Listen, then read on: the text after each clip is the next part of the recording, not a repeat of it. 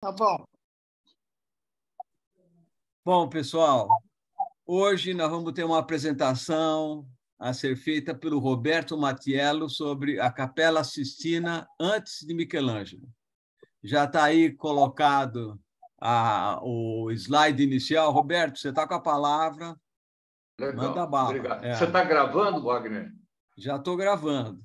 Ah, legal, então. Bom, vocês estão lembrados que umas semanas atrás, acho que 2, 3 semanas atrás, eu falei alguma coisa sobre a Capela Sistina, mas eu me ative especialmente nas obras do Michelangelo, que é o teto, que em italiano eles chamam de volta, né? O teto é fantástico. E outra coisa que o Michelangelo fez foi a parede que ele fez os afrescos da parede que fica sobre o altar da Capela Sistina. Mas hoje eu gostaria de falar alguma coisinha sobre como era a Capela Sistina antes do Michelangelo. Porque o Michelangelo, quando ele entrou, a Capela Sistina já tinha fama de ser um lugar de obras de arte, né?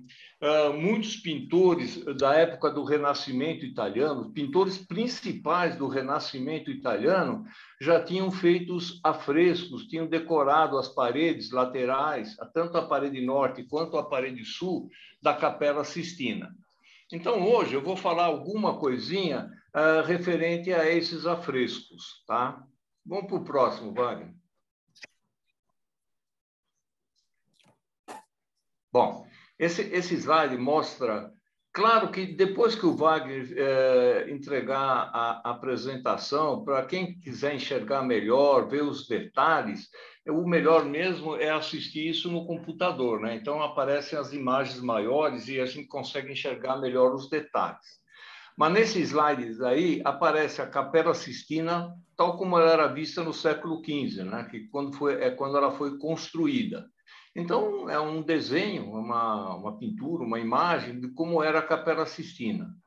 E, do lado direito, a gente vê a Capela Sistina uma fotografia tal qual ela está hoje. Quase nenhuma modificação foi feita desde aquela época. Na verdade, a Capela Sistina ela foi construída entre 1477 e 1480. O nome de Capela Sistina, como você já sabe, acho que eu tinha comentado já, é em função do Papa da época que mandou construir, que pediu, que fez a construção dessa capela, era o Papa Sisto IV, né? Então, daí ficou Capela Sistina, ou seja, a Capela do Sisto. E o nome dele era Francesco della Rovere. Della Rovere era uma família muito importante ali da Itália daquela época, tá certo? Os arquitetos que construíram essa capela foram dois, Giovanni de Dolci e Baccio Pontelli. É engraçado que nós vamos ver na frente que aparecem as imagens desses dois construtores. Nesses afrescos que foram pintados dentro da Capela Sistina, o pessoal tinha a mania de pintar os personagens famosos da época. E entre eles estão as imagens do Giovanni de Dolci e do Baccio Pontelli. A gente vai ver mais para frente. Vamos para frente, vai. Bom, eu não podia deixar de falar de uma das principais obras da Itália, que é a Capella degli Scrovegni. Fica na famosa cidade de Pádua. Não sei se vocês já ouviram falar, mas certamente ouviram falar, né? Todos que têm um pouquinho mais de cultura conhecem Pádua e conhecem Giotto. Ele, entre 1304 e 1306, ele fez as pinturas, os afrescos da Capella degli Scrovegni. Isso tudo eu estou citando porque, se vocês olharem o teto, a volta da Capella degli Scrovegni, o teto original da Capela Sistina também era muito parecido, se bem que ela foi feita, o teto foi pintado, foi decorado cerca de 180 anos depois. Ou seja, o teto aparece um céu azul pontilhados de estrelas. Então, eu coloquei do lado como que é a volta da Capela degli Scrovegni e como foi feita a volta, ou seja, a parede do teto da Capela Sistina quando ela foi pintada em 1480. Então, vocês veem que realmente o Giotto foi o precursor do Renascimento. Vocês veem que 180 anos antes ele já deu a ideia para pintores posteriores como eram para ser feitas as coisas. Então, essa aí é uma comparação para vocês terem uma ideia.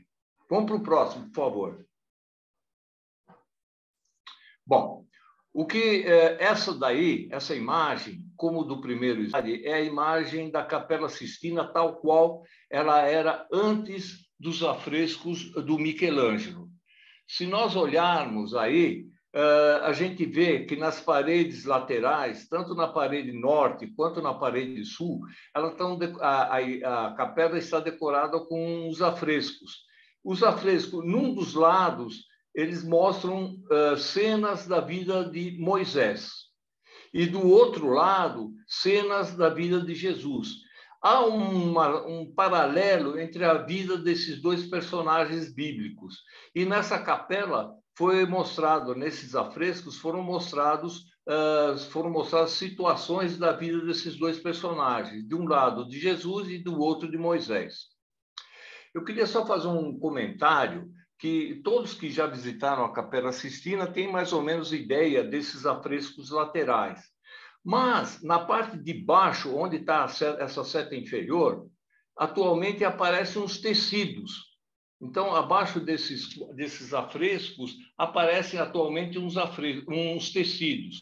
Mas, na realidade, por ocasião de quando ela foi inaugurada, a Capela Sistina, ao invés de ter esses tecidos, havia aí tapeçarias. Essas tapeçarias, uma coisa muito interessante, eu coloquei uma figurinha aí tá colorida, são tapeçarias que foram feitas a partir de quadros pintados por um dos maiores expoentes do Renascimento italiano, que era o Rafael Sanzio, né? Mas como essas tapeçarias são delicadas, elas se estragam muito. Se elas ficam expostas à população que visita a Capela Sistina, eles vão se degradando. Então, essas tapeçarias, elas só eventualmente as decoram as paredes laterais da Capela Sistina. Maior parte, acho que todos que já visitaram a Capela Sistina não conheceram essas tapeçarias.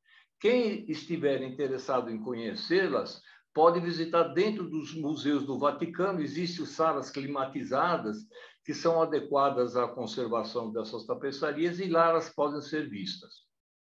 A Capela Sistina, tal qual ela era antigamente, logo que ela foi inaugurada, e como ela é hoje, como eu disse, uma das diferenças é que haviam essas tapeçarias, e essa parede do fundo, essa parede que eu coloquei uma setinha A, atualmente está o Juízo Universal do Michelangelo. Essas duas janelas que aparecem aí, elas foram fechadas por ocasião dos afrescos do Michelangelo. Hoje, quando a gente vai, já não existem mais essas duas janelas. Mas na arquitetura original da Capela Sistina havia duas janelas. E como vocês podem ver na flecha, na indicada B, existia aquele teto azul pontilhado de estrelas, né? Que hoje estão os afrescos do Michelangelo. Como eu disse para vocês, não disse ainda, mas vou dizer agora, quem pintou o teto daquela época foi um tal de Piero Maria d'Amelia, né? Ele que imitou a Capela degli Scrovegni de Pádua, colocando aquele céu azul estrelado. Vamos para o próximo, por favor. Bom, esses daí, hoje é tal qual está a Capela Sistina, tá certo? Tem esses afrescos laterais, tá certo? Que eu mostrei nessa seta dupla, tanto na parede norte quanto na parede sul. De um lado, na parede norte, estão cenas da vida de Jesus, né? Que são seis afrescos. O batismo de Jesus, as tentações de Jesus, o chamamento dos primeiros apóstolos, o Sermão da Montanha, a entrega das chaves a São Pedro e a última ceia. Você vê que são fatos notáveis da vida de Jesus. Na parede sul, cenas da vida de Moisés. A saída de Moisés do Egito. Todos nós sabemos que o Moisés viveu uma boa parte da vida dele no Egito, até que ele matou uma pessoa, teve que fugir. Provações de Moisés, a travessia do Mar Vermelho, a descida do Monte Sinai, a punição dos rebeldes e a morte e testamento de Moisés. Então, esses 12 afrescos estão nas laterais. O interessante é que essas laterais são mais fáceis de serem visualizadas quando a gente faz a visita à capela, porque, primeiro, elas estão mais baixas. Então, o acesso à visão é muito mais fácil. E como existe muita gente, uma muvuca de gente aí dentro dessa capela, estima-se que 30 mil, na alta estação, na época das férias na Europa, cerca de 30 mil pessoas visitam a capela por dia. Então, vocês calculem, pagando a bagatela de 19 euros por entrada, quer dizer, é uma fonte de divisas para o pessoal aí do Vaticano. Mas os principais pintores desses afrescos laterais estão aí. É o Ghirlandaio, o Perugino, o Rossini e o Botticelli. Esses são os pintores que fizeram esses afrescos laterais. Realmente são expoentes da pintura do Renascimento italiano. Eles são, a maioria deles, a menos do Perugino, os outros são de Florença, que é considerada a capital do Renascimento, a sede do Renascimento. Como a grande parte dos papas eram de famílias originárias de Florença, eles convidavam os pintores de lá para virem pintar, para virem afrescar as obras que eles construíram. Tanto acontece isso na Capela Sistina, como na capela que fica ao lado, chamada Capela Paulina, e como na própria Basílica de São Pedro. Vamos para frente, Wagner, por favor.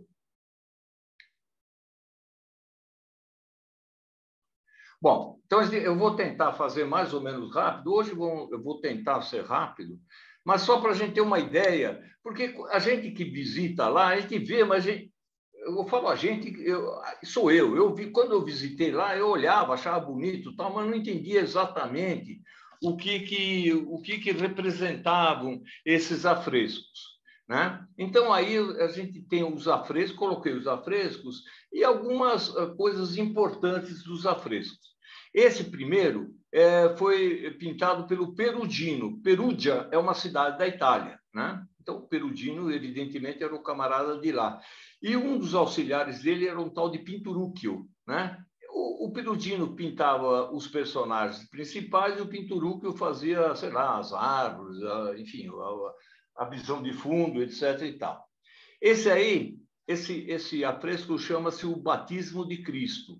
Então, olhares leigos como o meu, quando a gente vê isso aí, a gente, pelo próprio nome, a gente já deduz que o cara que está sendo batizado é o Cristo, o cara que batiza é o chamado João Batista, não é à toa que ele chama Batista, né? Porque ele faz o batismo, e a gente vê um monte de personagens, etc. e tal, e a gente tenta descobrir alguma coisa. Então, isso tudo eu estou falando para dar tempo para vocês olharem esse afresco e o que vocês acham, né? Evidentemente, quando a gente vê o afresco, ele é muito maior, tá certo? Ele é de tamanho bastante grande, de tal forma que a gente consegue ver os detalhes muito mais facilmente e muito melhor do que a gente vê agora aí no computador.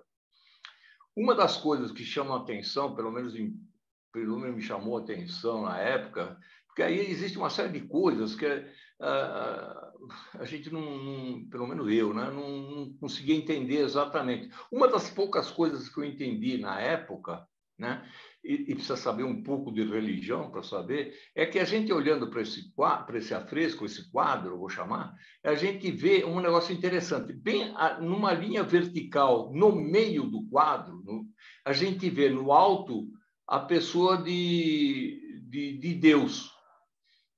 Nessa linha, seguindo para baixo, a gente vê uma pombinha, representaria o Espírito Santo. E embaixo está a figura de Jesus Cristo, ou seja, é a Trindade. Então, a gente já dá primeira coisa, a gente já descobre que o Perugino, e o Pinturúquio, eles já deram a mensagem aí, na hora do batismo, o pai estava mandando o Espírito Santo para o filho, e ele recebia o Espírito Santo através do batismo feito pelo João Batista. Vamos para frente, para a gente ver mais um pouquinho. Bom, olha, aquele detalhe que eu falei, nesse 1 aí, nessa gravura que eu coloquei número 1, esse afresco mostra Jesus sendo batizado pelo João Batista, né? Dividindo a obra ao meio, está o Rio Jordão, tá certo? Ele foi batizado no Rio Jordão. Acima da cabeça de Cristo está uma pomba branca, simbolizando o Espírito Santo, como eu falei para vocês. A paisagem onde se desenrola a cena é uma visão simbólica de Roma. Porque se vocês olharem lá embaixo, existem umas construções que, na realidade, elas mostram o Arco do Triunfo, o Coliseu e o Panteão de Roma. E é interessante, o camarada mostra uma coisa que é totalmente extemporânea e fora da geografia. Mas era costume da época fazer assim, tá certo? Os pintores davam ênfase às vestimentas e aos locais onde a pintura era realizada, né? A figura número 2 mostra que está lá em cima no quadro, se vocês lembram, era o Deus Pai, encontra-se no centro da parte superior do quadro. E embaixo, a gente vê, agora aqui a gente não vê, a gente mal vê na figura número 1, a gente vê de lado na figura número 1, mas a gente vê em detalhe um homem despido, né? Despindo-se, sentado à margem, né, do Rio Jordão, ele parece que está esperando a sua vez de ser batizado. E na figura número 1, a gente vê lá atrás de Cristo uma outra pessoa praticamente sem roupa, certamente foi uma pessoa, quase sem roupa, foi uma pessoa que já foi batizada. Então, nesse dia, o João Batista está aproveitando ali para fazer uma série de batismos para a pessoa se converter à religião. Vamos em frente.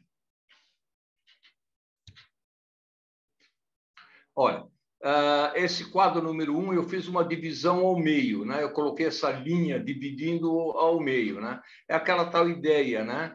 A gente vê inúmeras pessoas no primeiro plano, na parte inferior do número 1, a gente vê uma série de pessoas vestidas com roupas da época, ou seja, da época do Perugino, da época. Eles não representavam coisas como se fosse da época do acontecimento, e sim, eles pintavam como se fosse da época em que eles estavam vivendo, né?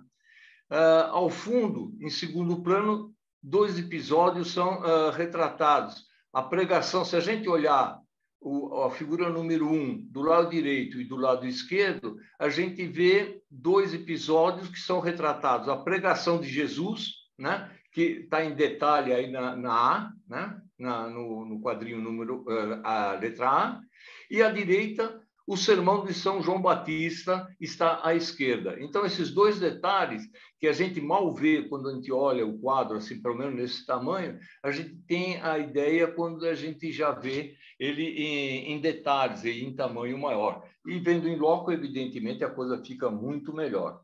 Uma coisa que eu ia comentar é que, normalmente, os pintores da época, eles costumavam pintar as vestes, a vestimenta dos personagens, sempre de uma determinada cor. A gente vê aí que Jesus, quando está com roupa, ele está com essa roupa azul e amarelo, tá certo? E, normalmente, quando a gente vê um personagem azul e amarelo com uma auréola na cabeça, o cara está querendo representar a Jesus. Vamos para frente, Wagner?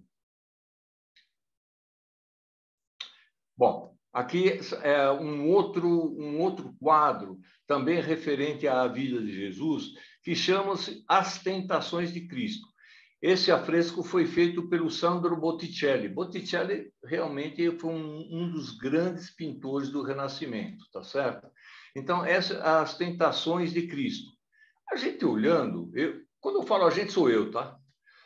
A gente olhando esse afresco, eu vejo 2 caras ali em cima de uma igreja, vejo um pessoal ali em cima de uma montanha, outro cara ali na frente de uma fogueira. E realmente é bacana, as cores são bonitas, etc, etc e tal, mas o que significa as tentações de Cristo? O que o Botticelli quis representar aí? Vamos dar uma olhada nos detalhes. Vai lá, Wagner. Olha aí, no número 1, né, esse que está à nossa esquerda, a primeira tentação, isso está no Novo Testamento, tá certo? Da Bíblia, está na parte do Novo Testamento. Jesus teria passado por provações, assim como Moisés também passou por provações. Mas aí nós vamos ver as provações do Jesus. A primeira tentação é a da fome. Jesus, após muito tempo, de retiro, ele está com fome. A gente lembra que teve uma época em que, segundo consta no Novo Testamento, Jesus se retirou no deserto e foi longe lá e ficou, vou chutar, uns 40 dias a pão e água, quer dizer, ele passou fome fazendo um retiro, tipo de retiro espiritual. Aí, de repente, apareceu, segundo consta lá no Novo Testamento, aparece um personagem, que na realidade é o demônio, e faz a primeira tentação, daí o nome do quadro, né? Tentações de Cristo. Faz a primeira tentação. E aí o camarada, ele tá engraçado que o demônio aí, ele está vestido de frade franciscano. Lembra que os franciscanos usavam aquele manto, aquela túnica com um capuz marrom? Marrom porque marrom era a cor que se vestiam os servos, os empregados. Então, a pessoa de baixa extração, que eram os serventes, usavam roupas de cor marrom. E o São Francisco, ele quis mostrar que ele seria um servo do Senhor, ele colocou como uniforme dos franciscanos essa túnica marrom. Então, a gente vê aí, no número 1, que eu mostrei com uma seta, um franciscano que vira para Jesus, lembra-se que ele estava com fome, se você é filho de Deus, transforme essas pedras em pão. Então, a gente já consegue entender, a gente olhando e associando com as palavras que estavam na Bíblia, a gente consegue entender o que o pintor quis representar, tá certo?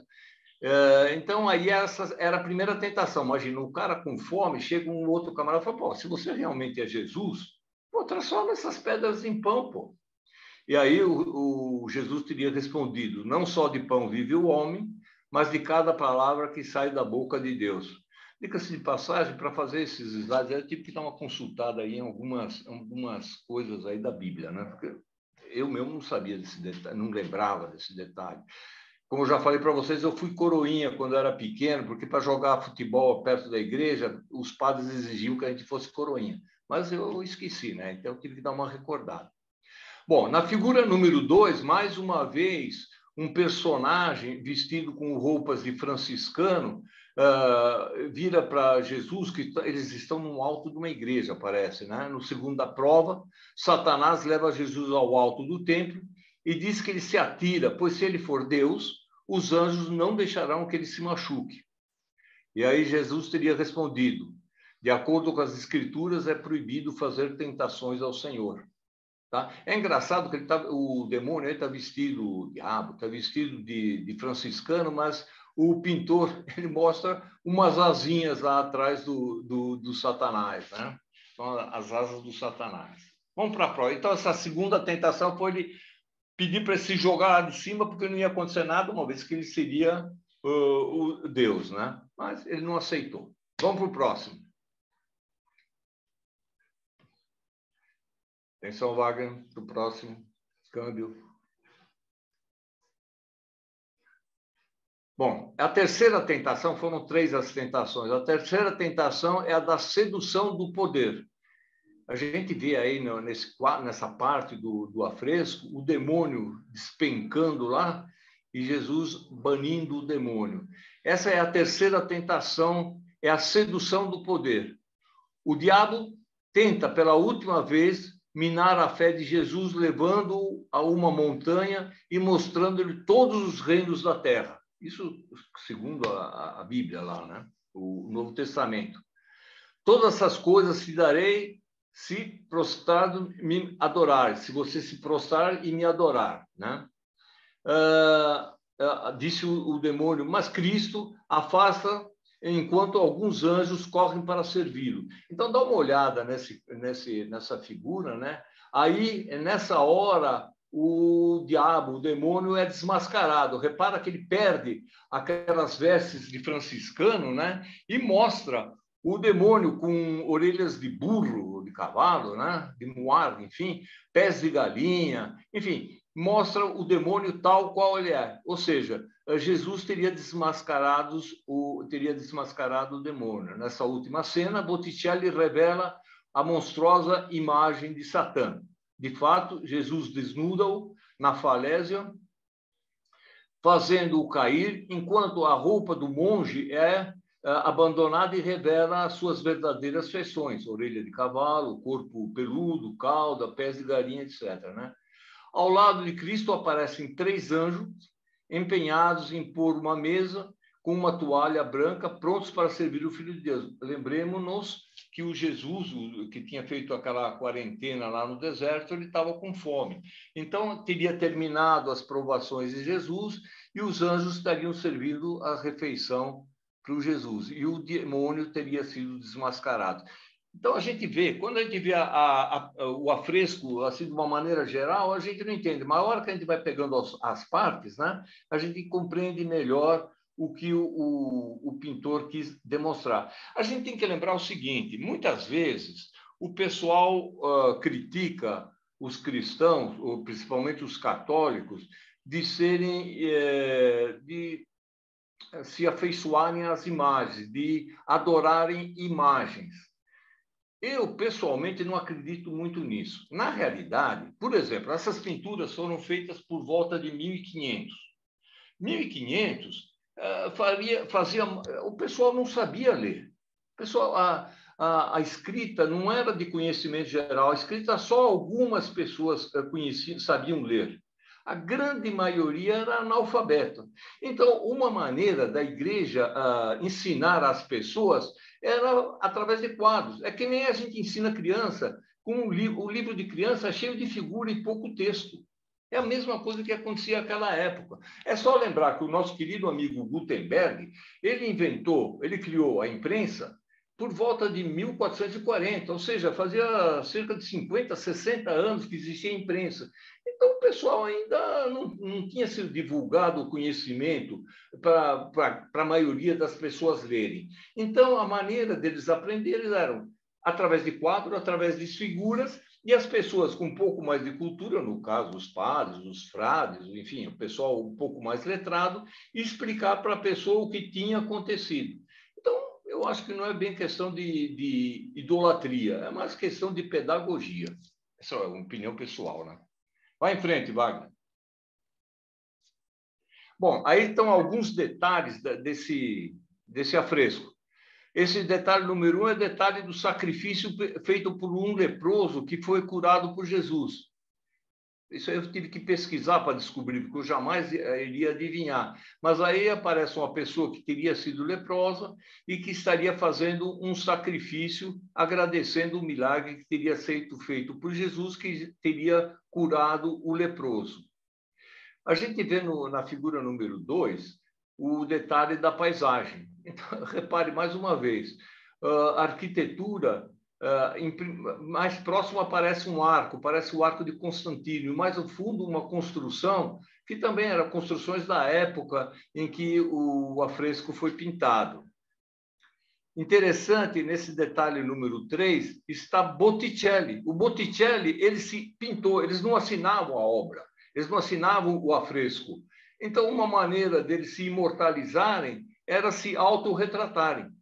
Essa figura que está de frente no número 3 seria o Botticelli, e ao lado dele, 2 dos ajudantes que o ajudaram a fazer o tal do afresco. Então, a gente vai, quer dizer, a gente olhando os detalhes, que a gente conhecendo os detalhes, quando a gente vai lá para ver, poxa, a gente aproveita muito mais a visita. Além de tomar pisões, cotoveladas, empurrões, a gente consegue aproveitar um pouquinho mais essa visita assistida, né? Do outro lado do quadro está esse detalhe número 4, que são personagens ilustres da época. Evidentemente, o Botticelli aproveitava para dar uma puxadinha de saco, desculpe o termo, porque ele queria, depois dessas obras, ganhar outras obras, e nada como homenagear os personagens ilustres da época. Esse hábito, não sei porquê, mas persiste até hoje. Bom, vamos para frente. Está aí, ó. No número 1, arquitetura da época do pintor. Então, a gente, repara, é estilo gótico. Pô, na época de Jesus não existia o estilo gótico, né? Ele pintava tal qual era na época dele, tá certo? E Jesus aí está mostrado com um manto azul e uma roupa vermelha. Normalmente ele é mostrado com essas cores. E como eu falei para vocês, esse detalhe número 2, o personagem que está mais de frente, vestido de vermelho, é o camarada que fez o quadro, é o Botticelli. Eu coloquei embaixo, eu fiz seria um autorretrato também do Botticelli, mas esse autorretrato não está lá na Capela Sistina. O que está na Capela Sistina é o que a gente vê aí, que é o Botticelli e os 2 ajudantes dele. Vamos para frente, Wagner. Outra coisa agora, outro afresco, é a circuncisão do filho de Moisés. Esse foi feito pelo Perugino, um camarada lá da cidade de Perugia, na Itália, né?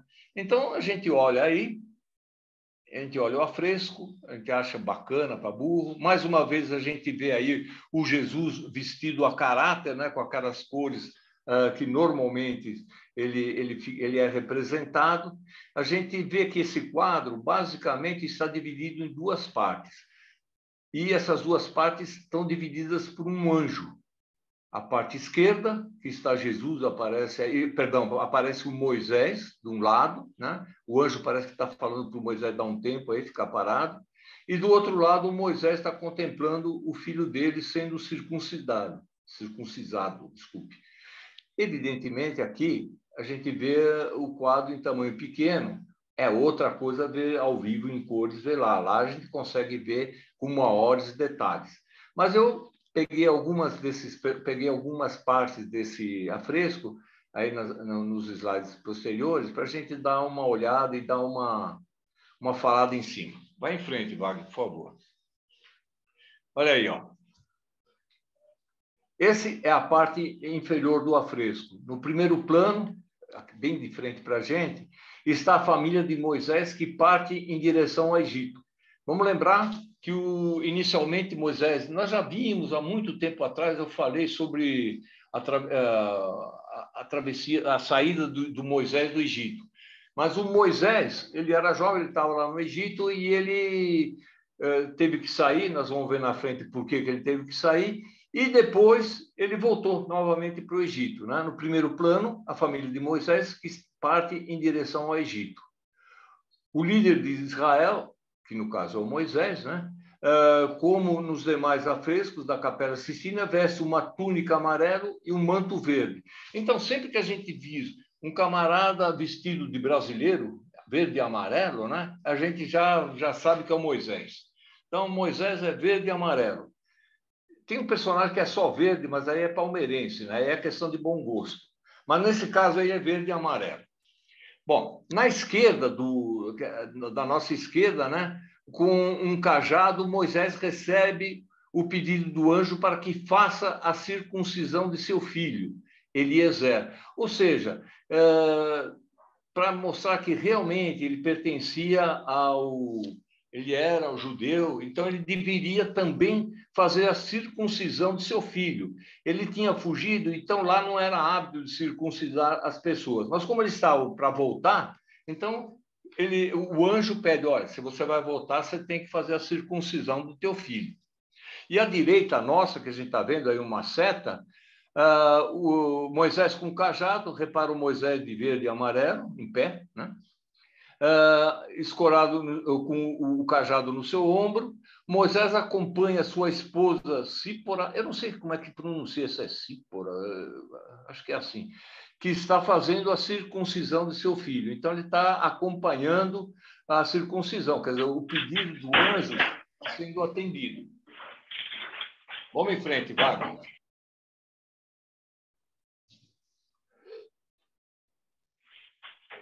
Bom, aí mais alguns detalhes.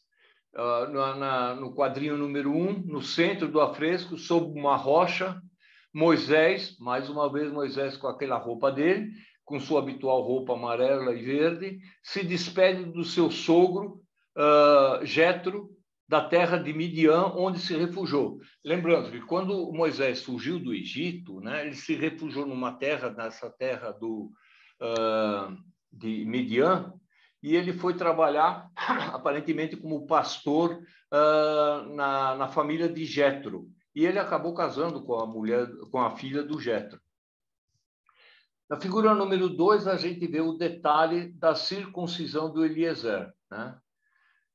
Então, evidentemente, estando na capela, a gente vê isso com maiores detalhes, etc. e tal. Mas a gente vê, né, que esses afrescos são uma espécie de história em quadrinhos. Então, num mesmo quadro, aparecem várias situações, né? A gente vê a saída dele do exílio, o filho dele sendo circuncisado, e no quadro número 3, a gente vê a família de Moisés se reagrupando para retornar ao Egito. Então, repara, já são 3 cenas dentro do mesmo quadro. E não é só um quadro que representa uma cena. Como eu disse, sei lá, como eu acho que é uma história, o tipo de uma história em quadrinho, para que o pessoal que não conhece, alguém falando, diga a eles o que eles estão vendo. E quando eles virem outra vez, eles se lembram daquela explicação que foi dada lá pelo padre, ou seja lá quem for. Vamos em frente. Olha que engraçado aí, ó. Mais uns detalhes. 1, 2, 3 e 4. No número 1, são pássaros que aparecem no céu da paisagem. Então, a gente vê um pássaro correndo atrás do outro. No quadrinho número 2, 2 deles se acasalam em pleno ar. Interessante. Repara aí nesse detalhe número 2. Né? Se a gente desprevenido, se a gente não olha o detalhe, isso passa desapercebido. Né? Mas aí são 2 pássaros se acasalando. É o símbolo, isso o pintor quis mostrar um símbolo de fertilidade e de expansão do povo de Moisés. É os judeus se reproduzindo e aumentando, tá certo? Então, essa foi uma forma do pintor ter representado a expansão da tribo, da família de Moisés. No número 3, a família de Moisés de volta rumo ao Egito. A gente vê que o pessoal está tudo carregando um monte de coisas na cabeça, do lado, etc, etc e tal. Todo mundo já está partindo de volta de Midian, da terra de Midian, para o Egito. Lembrando que Moisés é egípcio. Aqui na figura número 4, a gente vê 2 pastores dançando, acompanhados por um homem que toca gaita de fole. Não sei se naquela época do Moisés tinha gaita de fole, mas aí está sendo representado assim. Os 3 oitos observam a cena. Talvez, isso é uma dedução minha que eu estou pondo aí, posso estar totalmente errado, né? Mas talvez os pastores sejam uma alusão a Moisés, que também foi pastor, tendo trabalhado a serviço do seu sogro. Ou seja, quando Moisés fugiu do Egito, ele foi trabalhar, ele foi lá na terra de Midian, ele foi trabalhar para Jetro, né? Que acabou sendo o sogro dele, e o Jetro tinha ovelhas, e Moisés foi trabalhar como pastor de ovelhas, tá? Então, essa figura número 4 mostra uma cena de que teria sido a vida de Moisés. Vamos para frente. Bom, aí é mais um detalhe. Na figura número 1, o Moisés é muito parecido com Jesus. Dá uma olhada, eu coloquei uma setinha azul aí para baixo, né? Seria a figura do Moisés, vestido de amarelo e verde, né? Eu achei muito parecida com as representações do rosto que são feitas, que os pintores normalmente fazem de Jesus. E, de fato, a capela, como eu disse para você, de um lado é a vida de Jesus, são acontecimentos da vida de Jesus, do outro lado, acontecimentos da vida de Moisés. Existe um paralelo entre a vida desses 2 personagens. No detalhe número 2, é o Perudino, outro cara que se coloca lá na imagem do afresco. É o Perudino e seus ajudantes. No 4 e 5, são figuras reais, são retratos reais de quem era o Perudino, tá vendo? Então, ele não assinava o quadro, mas se colocava, ele se autorretratava nos afrescos que ele fazia, tá certo? E na figura número 3, não sei se eu já falei, mas são detalhes das pessoas carregando fardos, carregando suas coisas, que estão saindo da terra do exílio novamente para voltarem ao Egito. Vamos para o próximo, por favor. Olha aí, ó. Wagner, acho que você retrocedeu. Tá. Aí são as chamadas... Lembra que nós vimos as provações de Jesus? Aí estão as provações de Moisés. É o tal do paralelo que existe entre esses dois personagens. Esse afresco foi feito pelo Sandro Botticelli. Nós vamos ter a oportunidade aí de ver realmente como eles faziam como se fosse uma história em quadrinhos.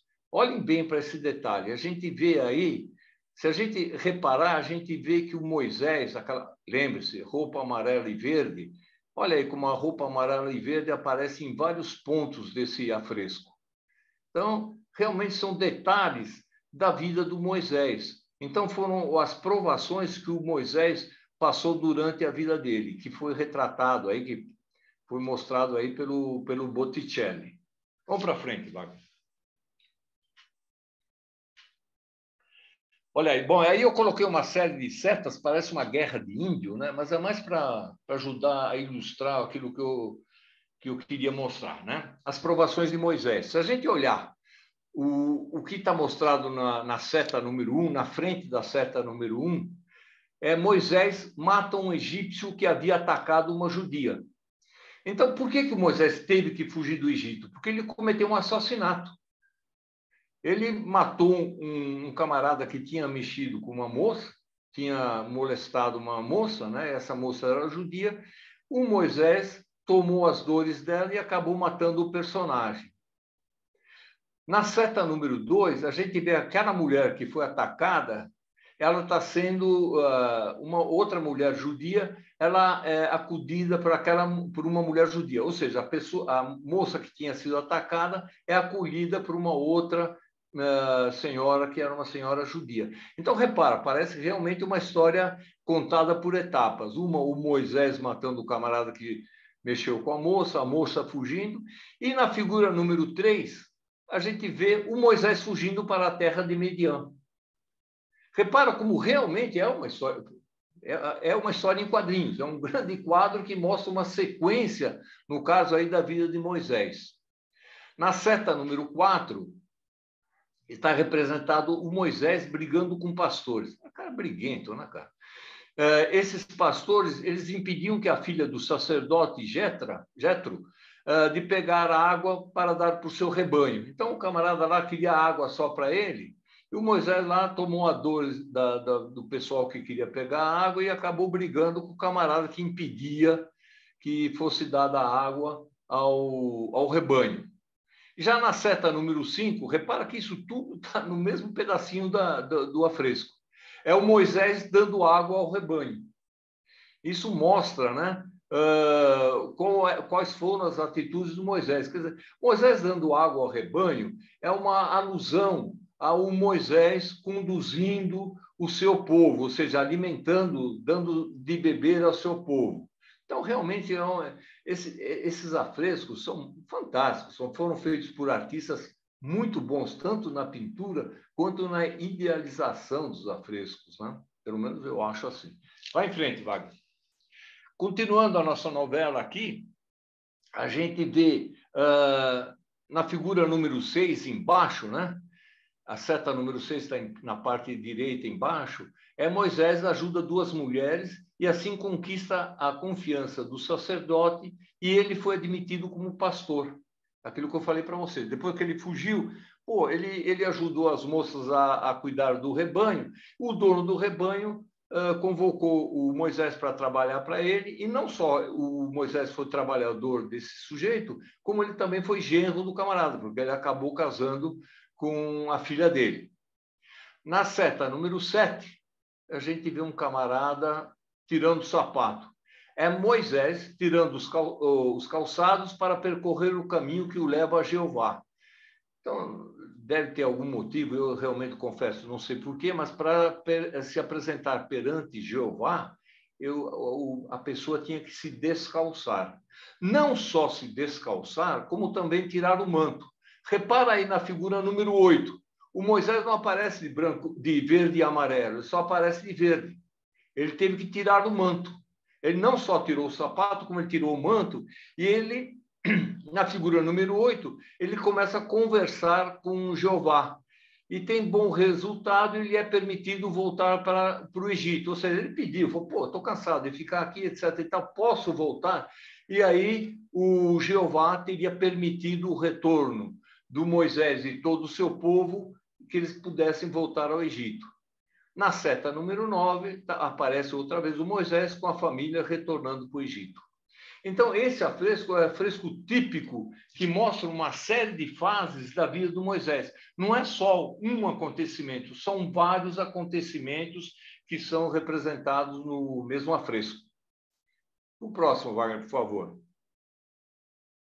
Bom, esse aí é o Rosselli, o Cosimo Rosselli. Ele fez esse afresco chamado Moisés recebe as tábuas da lei. Então, aí a gente vê uma série de detalhes. Esse também é uma outra história em quadrinhos. A gente vê o Moisés lá em cima, a gente vê Moisés, sei lá, acho que recebendo as tábuas da lei, mas aí embaixo a gente vê uma série de outras coisas, ou seja, uma série de acontecimentos representados no mesmo quadro. Vamos em frente, Wagner. Olha, no quadro número 1, eu coloquei uma seta aí amarela.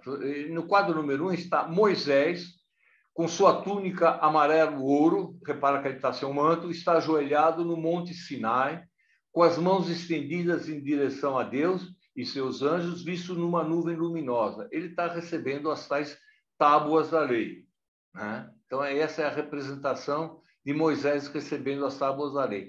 Nesse mesmo quadrinho número 1, na seta amarela, a gente vê embaixo de Moisés o irmão dele, o Josué, que o acompanhara. Ele dorme com a mão esquerda segurando a cabeça. Então, o Josué não foi até lá em cima de tudo, ele ficou na metade do caminho, ele ficou dormindo, esperando Moisés retornar, depois que Moisés teria recebido as tábuas da lei.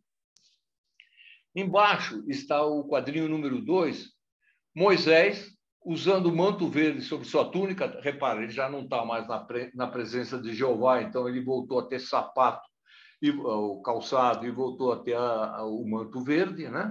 Ele já, acompanhado de Josué, ele apresenta as tábuas da lei ao seu povo. Então, ele mostra lá o que o Jeová tinha falado, quais eram as diretrizes de Jeová ao povo de Moisés. Nesse detalhe número 3, um acampamento, lá no fundo, é que dá para ver, a figura está pequena, mas não tem como fazer maior, senão ia sair um monte de slides, né? Um acampamento tendo aqui na frente já um altar, um bezerro de ouro no meio. Os israelitas estão adorando o bezerro. Eu, abrindo um parêntese, eu estou tentando ser rápido, hein, gente? Mas também não consigo ser rápido demais. Essa questão do bezerro de ouro eu acho muito interessante, porque o pessoal do Moisés, eles tinham saído, antes deles irem lá para o exílio, eles tinham saído do Egito. A gente tem que lembrar que no Egito, o pessoal adorava o bezerro. Era o boi chamado boi Apis. Eles rezavam para o boi Apis, eles tinham o boi Apis como divindade. E foi só o Moisés subir lá no Monte Sinai que a turma se empolgou e voltou a torcer para o bezerro. Então, está representado aí o povo orando, o povo, enfim, novamente se idolatrando o bezerro de ouro, tá certo? Então, essa questão do bezerro eu acho um negócio bastante interessante, porque é bem típico vamos dizer, da religião do Egito daquela época. Então, chega o Moisés fica louco da vida vendo o pessoal virar idólatra outra vez, né? Então, vamos para frente. Vamos para o próximo. Bom, então aí eu coloquei essa setinha do nosso lado esquerdo embaixo, uma setinha amarela, mostrando o Moisés com a sua roupa tradicional e com as tábuas da lei. Ele ficou louco da vida, né?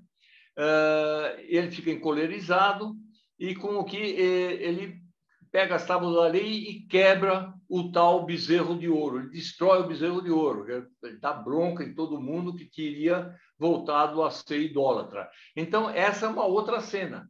Mas na cena anterior, nós vimos Moisés recebendo as tábuas da lei, Moisés falando com Javé, Moisés descendo do Monte Sinai, e aqui a gente vê o Moisés louco da vida com o seu povo que tinha voltado a ser idólatra outra vez.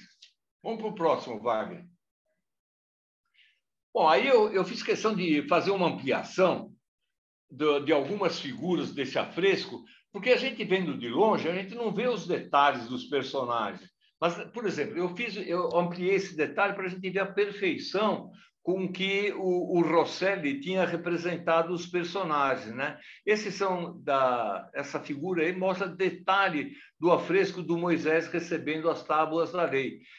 A gente vê, evidentemente, o pessoal aí, meio loiro, etc. e tal, não é tão o biotipo do pessoal de Israel, né? Não seria, mas o pessoal representava tal qual as pessoas, na sua maioria, eram uma época.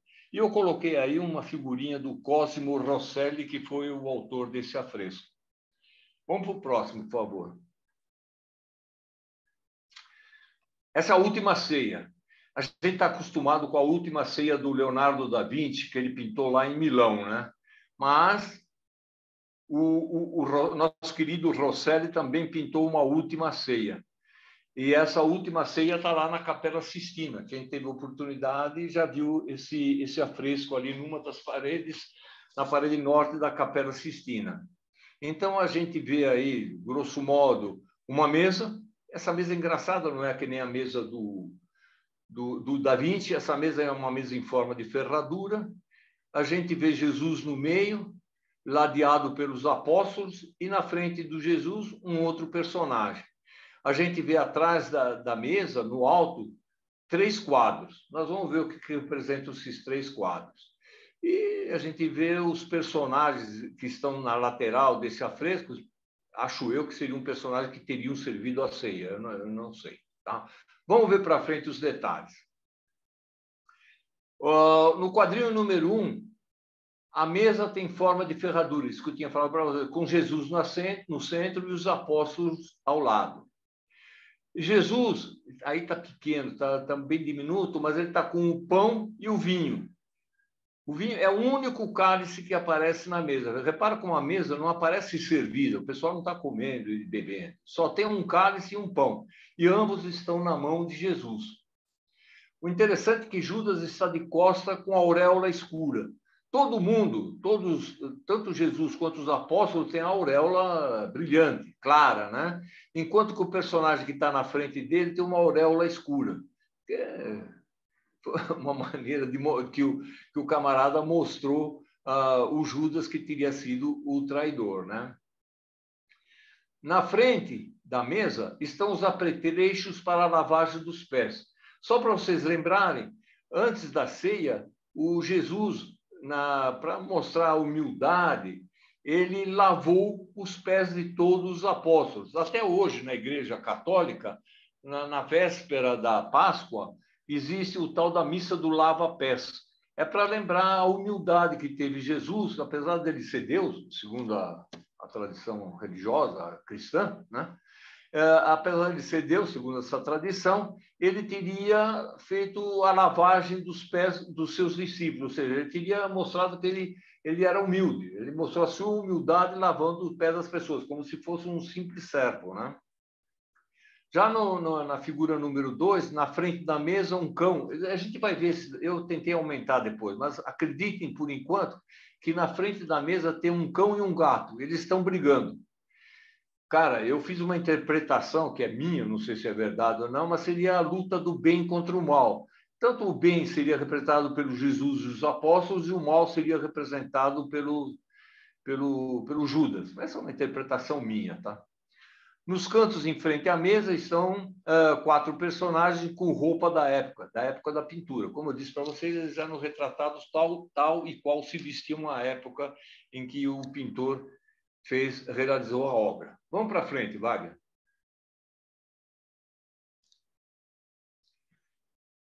Mais uma vez, na figura número 1, se a gente olhar na parte de cima, no teto da sala, que não dá para ver porque está muito pequeno, mas eu tentei reproduzir maior, no centro do teto foi pintado o escudo da família de Sisto IV. A família della Rovere tinha como símbolo, o escudo da família era uma árvore de nozes. E o nosso querido amigo, ele pintou o escudo da família no teto de onde estava sendo realizada aquela ceia. Eu mostrei aí com uma setinha. Ao lado está um cãozinho de pé. Está rodeado por um círculo. Do lado esquerdo está um cãozinho em pé, está pedindo comida. Eu andei lendo e esse cachorro era exatamente um cachorrinho do Rosselli, do pintor. O pintor homenageou o cachorrinho dele pintando lá na ceia. Judas, a gente vê no número 2 aqui embaixo, que está na frente de Jesus, está pintado com a auréola escura.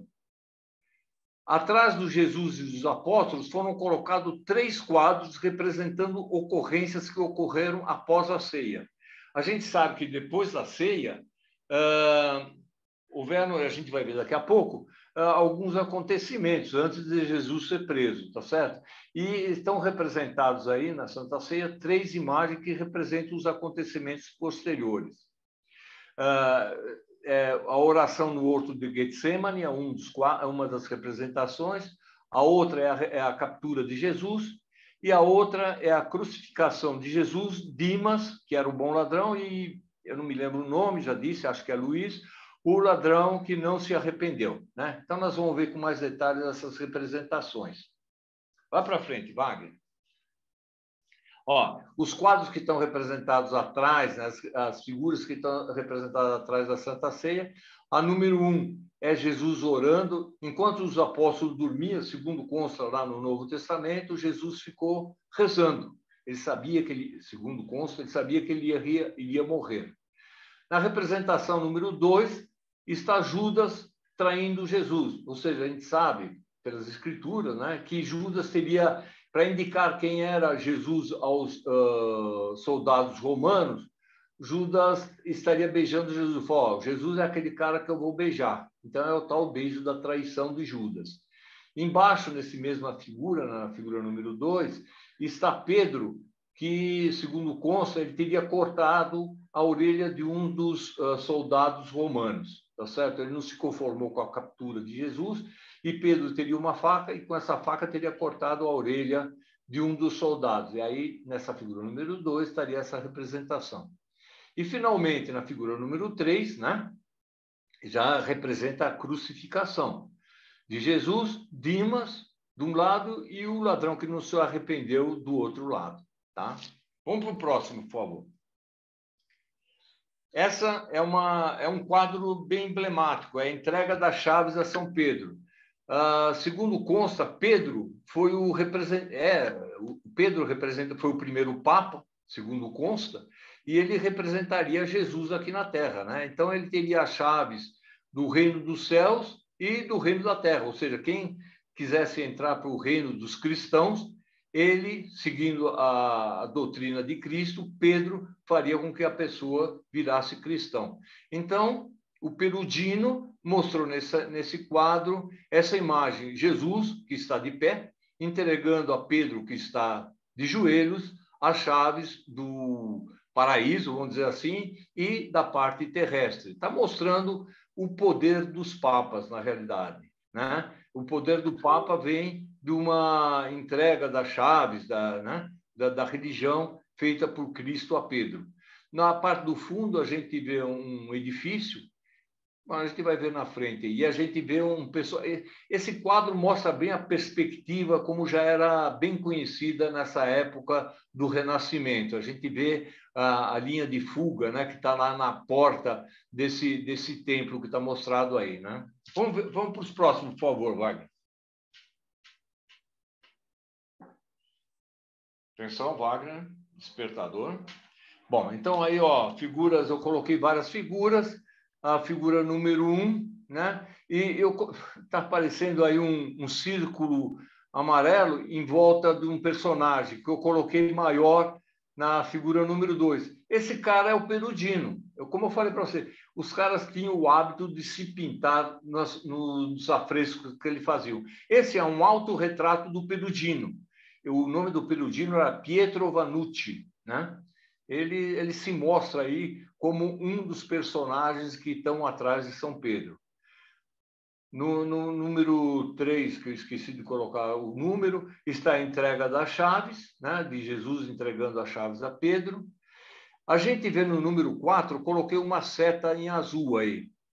Essa seta em azul é a representação física dos arquitetos da Capela Sistina. Lembra? A Capela Sistina foi feita e por 2 arquitetos. Foram os personagens que projetaram a Capela Sistina.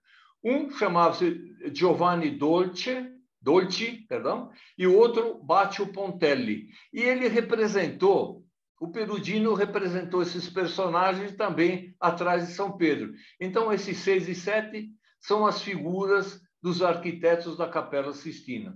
Então, veja, se a gente não dá uma pesquisada antes, a gente olhando o afresco, eu, pessoalmente, jamais imaginaria que esses 2 camaradas seriam os arquitetos da capela. Por isso, olha, a gente vê com os olhos, na primeira vista, a Capela Sistina, e depois que a gente dá uma estudadazinha, que a gente vê mais ou menos o que o cara quis representar, a gente valoriza muito mais as obras de arte. A gente começa a entender o que o camarada quis representar. Vamos para frente.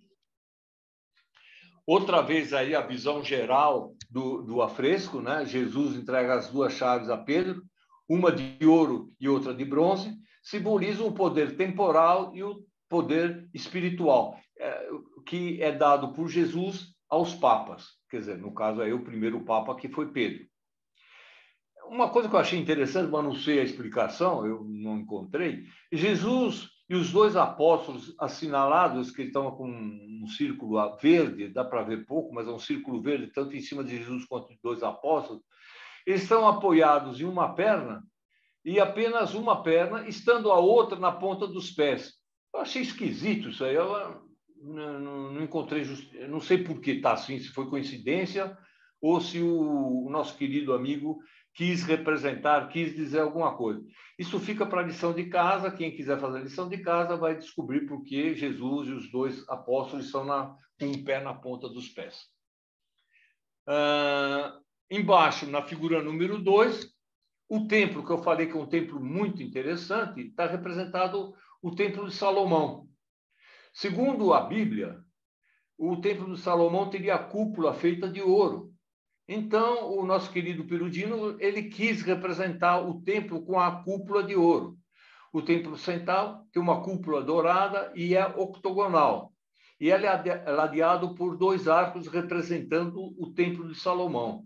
Também eu não sabia isso. Eu lendo alguma coisa que eu descobri qual foi a intenção do camarada quando fez essa pintura. Ao lado do templo, que seria o tal do Templo de Salomão, estão os arcos triunfais. Esses estão em Roma. São iguais ao arco de triunfo de Constantino.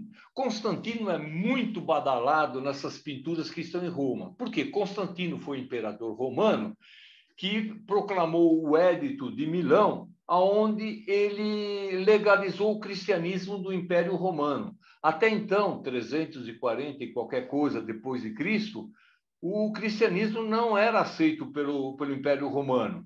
Porque o Império Romano ele tinha vários deuses, eles eram politeístas. E os cristãos eram monoteístas, eles não eram aceitos, quer dizer, existia uma contradição religiosa. Mas a partir do Constantino, através do Édito de Milão, que foi em 340, não me lembro exatamente, 343, eu acho, ele proclamou esse édito, legalizando o cristianismo no Império Romano. Então, o pintor ele colocou os arcos de Constantino como mostrando um agradecimento. Evidentemente, na época de Jesus não existia isso. Então, a gente vê que existem coisas que são atemporais, são fora do tempo, mas estão representadas aí de uma maneira geral. Vai em frente, Wagner. Dá uma voltadinha, vai, Wagner, faz favor. Atenção. Eu sei que eu tô atrasado, camarada. Estou tentando falar rápido, mas me dá um tempo. Obrigado pela concessão. E na parte do meio, entre o templo e os personagens da frente, estão os camaradas aí. A praça central estão representados 2 grupos de pessoas. O grupo da esquerda, que eu coloquei número 1 aí, representa o pagamento dos tributos. É o camarada pagando os tributos, que é aquela famosa frase: dai a César o que é de César e dai a Jesus, Deus, o que é de Deus. Né? Então, ele representou aí o camarada pagando os tributos. É uma passagem da Bíblia, do Novo Testamento. E do lado esquerdo, que eu coloquei número 2, representa o apedrejamento de Jesus. Ele teria sido apedrejado em uma determinada circunstância, em determinada ocasião, porque ele disse que era Deus. Pô, o pessoal não aceitava que Jesus fosse Deus. Então, ele teria sido apedrejado. E está sendo representado aí nessa figura, nesse detalhe número 2 do afresco. Vamos para o próximo. Essa aí, gente, já é uma parte da vida do Moisés. É a travessia do Mar Vermelho. Foi feito pelo nosso amigo Ghirlandaio, que é outro cara famosíssimo e um grande pintor do Renascimento. Então, o Ghirlandaio, nesse quadro, mostra, a gente pode ver aí, a grosso modo, a gente vê um pessoal de um lado do mar e o outro pessoal, um pessoal tranquilo que já atravessou o Mar Vermelho, e o outro pessoal que teria perseguido o Moisés e seu povo teria perseguido, mas eles estão se afogando. É engraçado que o Ghirlandaio pintou o mar, repara como o tom é avermelhado, era porque era o Mar Vermelho, né? Aí foi essa representação. No meio desse Mar Vermelho, gente, tem uma coluna que eu não sabia o que era, até que eu fui pesquisar e descobri o que significa essa tal da coluna. Existe um monte de coisas que os camaradas da época, eles eram mais religiosos, pelo menos, do que eu, né? Do que a maioria. Então, certas representações que eram óbvias para a época, para quem deixou a religião um pouquinho de lado, como foi meu caso, a gente não sabe, mas a gente não sabendo, a gente não consegue entender, não consegue valorizar a intenção do pintor. Vamos para o próximo, por favor. Então, tá na parte número 1 em cima, né? Depois que Moisés e sua gente atravessou o Mar Vermelho, uma tempestade acontece e as águas do Mar Vermelho voltam a se fechar. Então, as águas do Mar Vermelho voltam a se fechar, a gente vê embaixo, na figura número 2, né? As tropas do faraó se afogando nas águas do Mar Vermelho. Então, Moisés e o seu povo já estaria salvo do outro lado do mar, enquanto que os seus perseguidores estariam morrendo afogados no Mar Vermelho.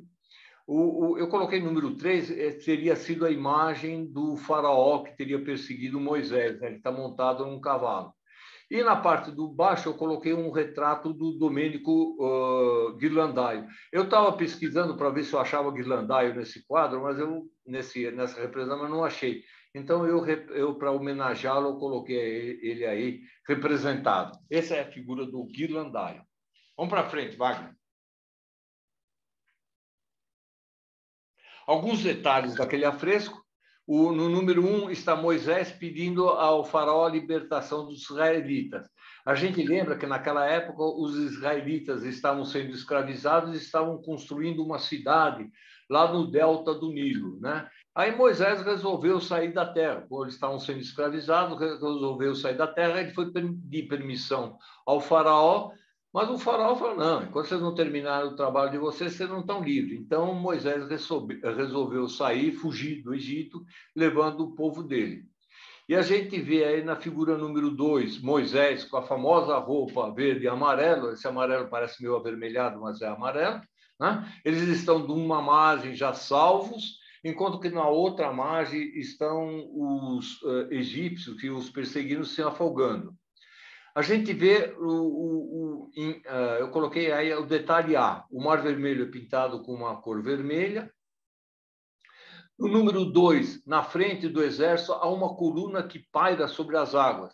É a representação do pilar de fogo. Eu não sabia que tinha acontecido isso, mas eu fui atrás e foi um pilar de fogo que apareceu, que foi enviado por Javé para afugentar os egípcios. Não só o mar se fechou, como esse pilar teria assustado, que apareceu no meio do mar, né? Teria assustado as tropas do faraó. E no número 3, o povo de Israel são salvo em uma das margens. E na figura número B, como eu falei para vocês, é o Moisés com a tradicional roupa verde e amarela. Ele devia lavar de vez em quando essa roupa, porque ele sempre aparece vestido do mesmo jeito. Vamos para frente. Esse é o chamamento dos primeiros apóstolos. Está acabando, gente, não desistam. O chamamento dos primeiros apóstolos, esse aí já é a vida de Jesus, né? Então, a gente vê aí, de uma maneira geral, Jesus, que está no meio de um lago, né? Esse lago é um lago formado pelo Rio Jordão, né? Aquele rio que cruza toda a extensão daquelas terras, né? Então, tá aí, eu descobri aí Jesus chamando dois caras que, como eles são com auréola, eu imagino que tenham sido eu imaginei que tenham sido dois apóstolos, e depois eu fui investigar o que o tal do Ghirlandaio quis representar. Vamos para frente, Wagner. Aí, ó. Embaixo do aquele que está na figura número 1, né? Nesse quadrilátero número 1, no centro de um lago, os pescadores Pedro e André. Pedro e André eram irmãos. São chamados eles eram irmãos e eram pescadores, por isso que está sendo mostrado nesse lago. Boa parte dos apóstolos de Jesus teriam sido pescadores lá da Galileia, né? Eles são chamados por Jesus à margem. Veja bem, não são esses que estão na frente, é os que estão atrás lá, né? Na frente, como é uma história em quadrinhos, é uma outra fase do chamamento dos apóstolos, tá? Então, lá embaixo, bem embaixo, está Jesus chamando dois camaradas. Esses dois camaradas são Pedro e André, né? Embaixo do número 2, ali, eu pus uma flechinha também num barco. Um pouco depois, os dois estão atrás de Jesus.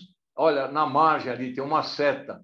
Não no barco, tem uma seta, aparece Jesus com um manto, a roupa vermelha e um manto azul, e atrás estão já o Pedro e o André, que já estão seguindo Jesus, já são os dois primeiros apóstolos.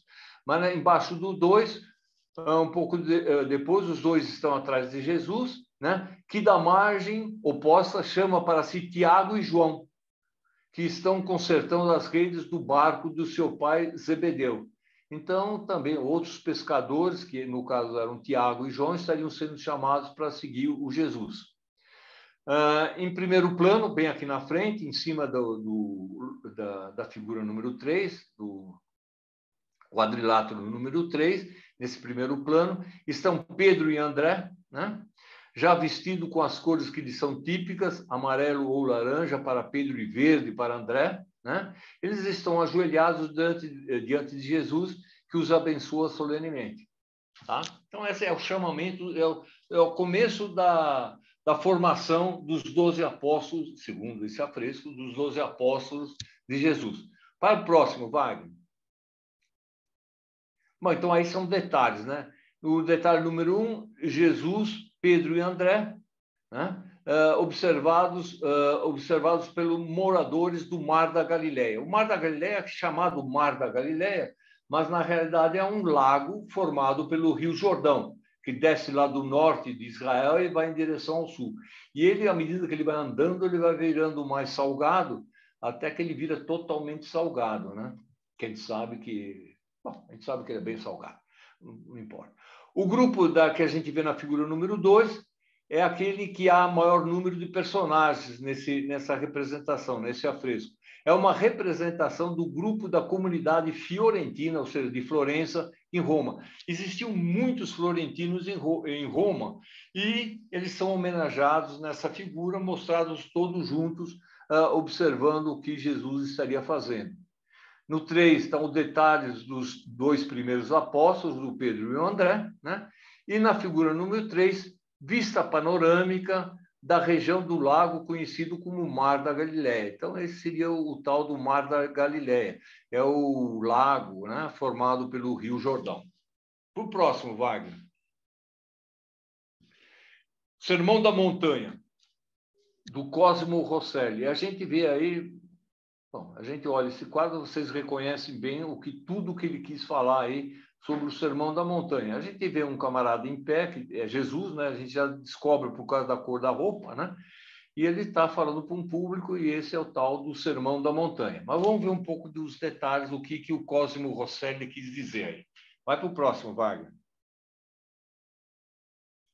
Olha, no número 1, né, a cena é ambientada numa montanha, não é bem montanha, mas aí a gente finge que é uma montanha, e no fundo aparece uma cidade de aspecto medieval. A gente vê ali uma cidade A, eu coloquei a letra A na cidade, é uma cidade medieval. Como eu falei para vocês, todos os pintores, praticamente sem exceção, eles pintavam tal qual era na época da pintura. No primeiro plano, né, com a letra B, Jesus pronuncia o tal discurso à multidão, que é o tal do Sermão da Montanha. Enquanto que Jesus está falando o Sermão da Montanha, todos os apóstolos já estão com eles estão reunidos, eles estão mostrados aí embaixo da letra C. Na figura número 2, a imagem da direita está localizado aos pés da montanha, onde Jesus fez o seu discurso. Então, Jesus já fez o discurso, ele está já na base da montanha, e ele está abençoando um camarada que eu coloquei a letra D. Esse camarada, segundo consta, era um leproso que teria sido, naquela ocasião, teria sido curado por Jesus. Então, Jesus fez o sermão, e para mostrar que ele era o bom, não, ele fez logo um milagre. Tinha um camarada que era leproso e ele curou o leproso. O leproso ajoelhado pede a Jesus que o cure, né? Nessa hora, Jesus foi lá e curou o tal do leproso. Em frente, Wagner. Mais um detalhe. Uma multidão assiste ao sermão, quase todas as mulheres usam um véu branco na cabeça. Esse negócio de véu, cara, é uma questão religiosa. Até hoje a gente vê que as pessoas religiosas, principalmente tem muitas mulheres de muitas religiões que usam véus e elas são obrigadas a se cobrirem com véus, senão o pessoal fica meio bravo, né? Mas a gente vê que isso vem desde a antiguidade. No primeiro plano, um homem de preto conversa com outro com túnica vermelha. Então, é alguém conversando com Jesus. Eu não sei quem é esse camarada aí, mas deve ser alguém importante, porque ele deu um destaque em primeiro plano. Na multidão, o retrato de vários personagens da época do pintor. O homem de chapéu preto ao fundo, eu coloquei a letra C, é o autor do retrato, da figura, do quadro, né? Do afresco, que é o Cosimo Rosselli. Então, se vocês querem saber quem é o que pintou o quadro, vocês vão olhar lá no C e saibam que esse camarada é o tal do Cosimo Rosselli, que se autorretratou aí. Próximo, Wagner. Testamento e morte de Moisés. Aí também aí já é a vida do Moisés, foi o Signorelli que fez esse afresco. Então, a gente vê aí um afresco que não é a representação de um só detalhe, são vários detalhes que mostram a vida de Moisés, principalmente relacionado ao testamento e à morte dele. A gente sabe, pela Bíblia, que Moisés acompanhou o seu povo desde o Egito até a Terra Prometida, mas ele não entrou na Terra Prometida, ele morreu antes de entrar na Terra Prometida. E esse afresco tenta mostrar esses acontecimentos dessa passagem da vida do Moisés. Vai pelo próximo, Wagner. Está acabando, gente. Olha que beleza, eu peguei um detalhes da tristeza dos descendentes de Moisés. Moisés, então, ele está do lado direito, eu coloquei num círculo em amarelo, eu peguei o detalhe que está à esquerda. Repare a pintura. Realmente, uma coisa é ver ao vivo, né? Então a gente vê com detalhes, nesse caso aí, a tristeza do povo, porque Moisés teria falecido.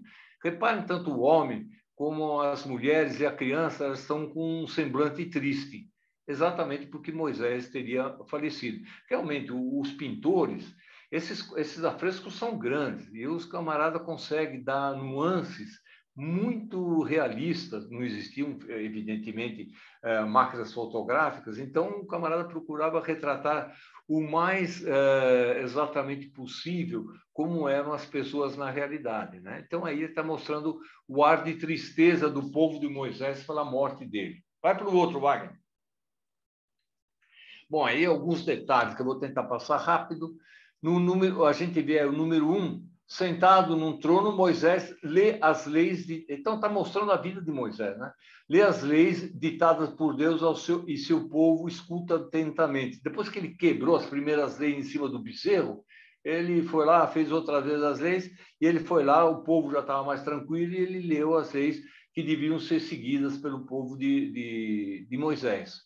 A seus pés, uma arca com as tábuas da lei, umas tábuas, quer dizer, acho que é a arca sagrada, não me lembro bem como é que chama isso daí. Não me lembro, depois eu lembro agora. E está a arca onde as leis teriam sido guardadas, né? E em cima uma bacia que teria maná. O maná era aquele alimento que os judeus tiveram durante os 40 anos que eles estiveram atravessando o deserto. Pô, no deserto não tinha comida. E segundo consta na tradição bíblica, eles teriam sido alimentados por um alimento chamado maná, que chovia do céu, mandados por Javé. Na figura número 3, aí em cima do lado direito, um jovem nu simboliza a tribo de Levi. Os levitas, né, eram destinados aos serviços do templo. Portanto, eles foram excluídos da divisão da Terra Prometida. A Terra Prometida foi distribuída para as várias tribos que tinham chegado até lá, para várias tribos dos descendentes de Moisés que tinham chegado até lá. Mas aos levitas, eles não teriam sido distribuídas as terras, por isso que eles são mostrados aí sem roupa, eles estavam destituídos. Então, essa é uma representação. Quer dizer, a gente só dando uma lida, né, para a gente entender o que quis dizer, o que quis representar o pintor nesse caso. No 4, aparece Moisés, acompanhado do arcanjo Miguel, no alto do Monte Sinai. Ele, lá do alto do alto do Monte Nebo. Desse alto desse monte, ele contempla a Terra Prometida. A gente lembra que ele não entrou na Terra Prometida. Então, ele está acompanhando de um anjo, ele está vendo, olha, aquela é a Terra Prometida. Ele morreria antes de chegar lá, né? No 5, a gente vê o Moisés descendo do Monte Nebo, né? Então, aí ele está descendo do monte. No 5, Moisés entregando o bastão de comando a Josué. Se não me engano, gente, o Josué era o irmão do Moisés. Foi Josué que entrou na Terra Prometida, né? A partir daí, foi Josué que comandou o povo de Israel para entrar na terra que lhe era prometida. E no detalhe número 7, que está nesse afresco, é o Moisés propriamente dito morto. Então está um personagem estirado aí, né? É o Moisés morto, e o pessoal chorando a morte do Moisés. Vai para o próximo, por favor. Para a felicidade de vocês, esse é o último afresco. É o Castigo dos Rebeldes, também de Sandro Botticelli. Também é uma passagem da vida de Moisés, né? Então, aí aparece, mais uma vez, o arco de Constantino ao fundo, né? Evidentemente, ele não existia na época do Moisés, mas está retratado aí. Existe uma série de coisas atemporais, ou seja, estão misturados, os tempos estão misturados aí, mas era uma representação válida. Vai para frente, Wagner, por favor. Na figurinha número 1, a pintura retrata os episódios de uma rebelião dos hebreus contra Moisés e Arão.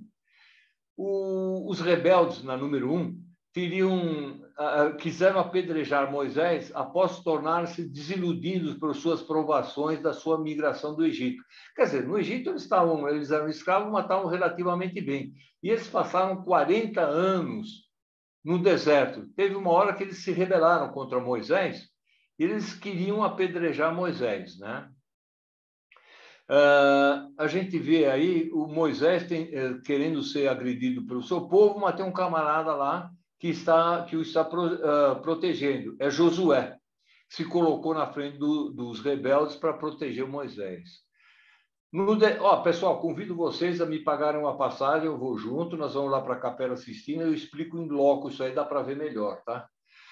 Na figura número 2, está representado o Moisés batendo no pessoal que se rebelou, né? A cena 2 mostra a rebelião liderada por Coré à esquerda, e 3, o grupo dos rebeldes à espera do castigo de Deus. Na realidade, ele quis representar o poder da Igreja. A mensagem é clara: ninguém deve duvidar da autoridade do Papa, ou seja, os caras que se rebelam, eles acabam sendo castigados, né? Da autoridade do Papa sobre toda a Igreja. Essa pintura serve como um lembrete de que a liderança do Papa foi concedida por Deus, que é, no caso aí, a liderança do pessoal foi dada por Javé a Moisés, né? E por sua vez ele deu a Pedro as chaves do reino. Então tudo é uma símbolo, na realidade todas essas figuras, lembrando que era dentro de uma igreja cristã, né? Católica no caso, então representam o que agrada mais aos papas. Como eu disse para vocês, está retratado aí o tal do arco, também aí o arco de Constantino. Mais uma vez, Constantino é homenageado nas representações feitas nesses afrescos. O outro, Wagner. Bom, esse é o último afresco. Desculpa aí, pessoal, eu demorei mais que o devido, mas eu tentei ser rápido o suficiente. Teria mais coisa para falar, mas também não queria aborrecer muito vocês. Uma coisa que esse slide aí é só para mostrar uma coisa. Na época em que foi feita a Capela Sistina, antes da entrada do Michelangelo, antes das pinturas do Michelangelo, a Capela Sistina era decorada com esses afrescos que eu acabei de falar para vocês e mais umas tapeçarias. As tapeçarias, um negócio muito interessante e muito bonita, foram tapeçarias feitas na Holanda, copiando-se quadros feitos pelo Rafael. Rafael foi um dos gênios do Renascimento. E ele fez uns quadros, e esses quadros foram transformados em tapeçarias na Holanda. E essas tapeçarias foram penduradas na Capela Sistina. Mas como elas se degradam muito mais facilmente do que os afrescos, elas são retiradas. Há uns 3 ou 4 anos atrás, se festejou, se comemorou, se lembrou a morte de 500 anos do Rafael. Então, essas tapeçarias foram recolocadas lá durante 1 ou 2 meses, e o pessoal que teve a felicidade de visitar a Capela Sistina nesses 1 ou 2 meses, teve a possibilidade de ver as tapeçarias originais que estavam pendurados lá na tal da capela por volta no fim de 1400, começo de 1500. Mas esse é um capítulo que, se vocês tiverem paciência, uma vez no futuro eu vou falar sobre isso. Eu quero agradecer a paciência que vocês tiveram e muito obrigado e até a próxima. Obrigado. Muito bom. Muito Maravilha. bom, Roberto. Muito bom. Tudo bem, desculpa aí, eu sei que eu enchi a paciência de vocês, mas foi para dar uma visão geral de como que é a Capela Sistina. Eu repito, desculpa aí, mas aceito convites para visitar a Capela Sistina. Prometo que vou falar o mesmo tanto ou mais estando presente lá e vocês vão conseguir enxergar bem melhor, tá certo? Outra vez, muito obrigado. Arthur. Admirável. Gostei muito. Fala, Arthur. Roberto, primeiro, assim, não dá nem para acreditar tudo que você depreende de dos quadros, ou melhor, das imagens da Capela Sistina. Realmente, assim, é prodigioso as informações que você traz. Eu fico pensando um pouquinho assim, Roberto, como é que você se diz distante da religião com tamanha afinidade pela observação dos personagens? Quer dizer, eu fico pensando, se eu não fosse corintiano, será que eu saberia a escalação do Corinthians? Não tem a menor chance. Tá certo? Então, assim, eu acho que tem alguma informação. O Roberto foi coroinha, ele foi coroinha. O Moisés. Bom. Eu vou contar a história da minha vida, a história da minha infância. Eu morava perto de uma igreja. Uma das coisas que eu me destaquei, eu sempre fui um futebolista de primeira linha, cara. O Wagner, que jogou comigo, é testemunho. Meu joelho sabe bem. Eu sempre fui um grande futebolista. Eu morava perto de uma igreja. Do lado da igreja tinha um campo de futebol. E esse terreno pertencia aos padres. Os padres, para você poder jogar, os padres obrigavam você a ser coroinha. Cara,